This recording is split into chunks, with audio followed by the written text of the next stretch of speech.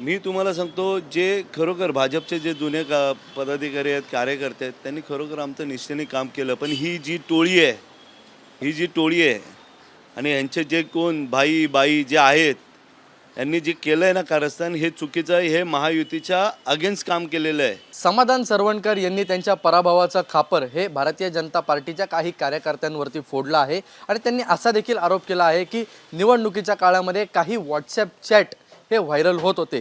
आपल्यासोबत सध्या शिवसेनेचे माहीम दादर विभाग प्रमुख आहेत कुणाल वाडेकर. काय सांगाल तुम्ही, ते चॅट तुम्ही समोर आणले आहेत, नेमकं त्या चॅटमध्ये काय आहे? चॅट हे बघा ना, मी समोरच आणलेलं आहे. हे दाखवतोय की ह्यांनी त्यांच्या पदाधिकाऱ्यांना सांगितलं आहे की तुम्ही काम करायचं नाही.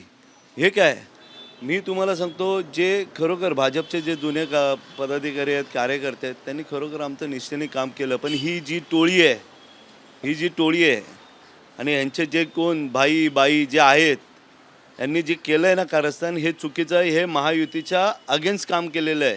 माझं एकच म्हणणं आहे की आपले महाराष्ट्र राज्याचे मुख्यमंत्री देवेंद्र फडणवीस साहेब आणि उपमुख्यमंत्री एकनाथ शिंदे साहेब की ह्याची शहानिशा तुम्ही करा. कारण का महायुतीचं आपले खासदारकीच्या वेळेस खासदार पडले आहेत, आमदार पडले आहेत आणि आता कॉर्पोरेशनला नगरसेवक ह्यांनी पाडलेले आहेत जाणून बुजून.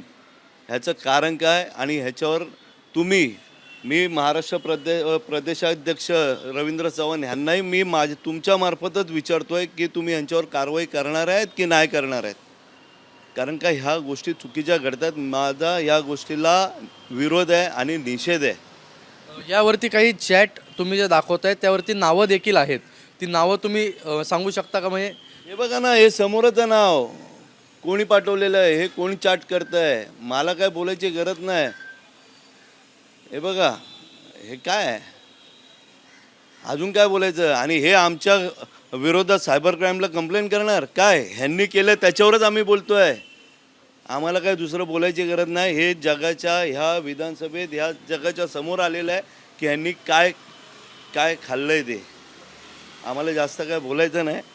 मी खरोखर सांगतो परत एकदा की ह्यांचे काही जे प्रामाणिक मग तुम्ही निवडणुकीच्या वेळेसच हे चॅट व्हायरल होते, तर त्यावेळेसच तुम्ही का नाही ते लोकांसमोर आणले? अहो, इलेक्शनच्या दिवशी केलेत ना. शेवटपर्यंत प्रचार करायचा आणि इलेक्शन दिवशी सगळे गायब. असं नाही ना होत. ह्या गोष्टी चुकीच्या घडल्या आहेत.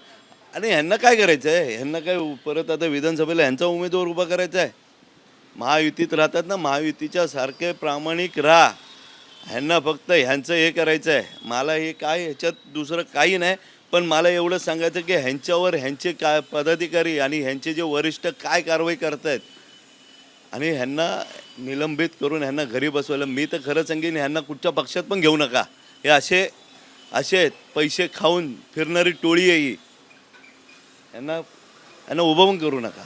ते आपल्याबरोबर विभाग प्रमुख ज्यांनी सांगितलं आहे की या टोळीमुळेच समाधान सरवणकर आणि त्यांच्या बहिणीचा पराभव झाला आणि निवडणुकीच्या म्हणजे मतदानाच्या दिवशी हे चॅट संपूर्ण या विभागामध्ये व्हायरल करण्यात आले होते.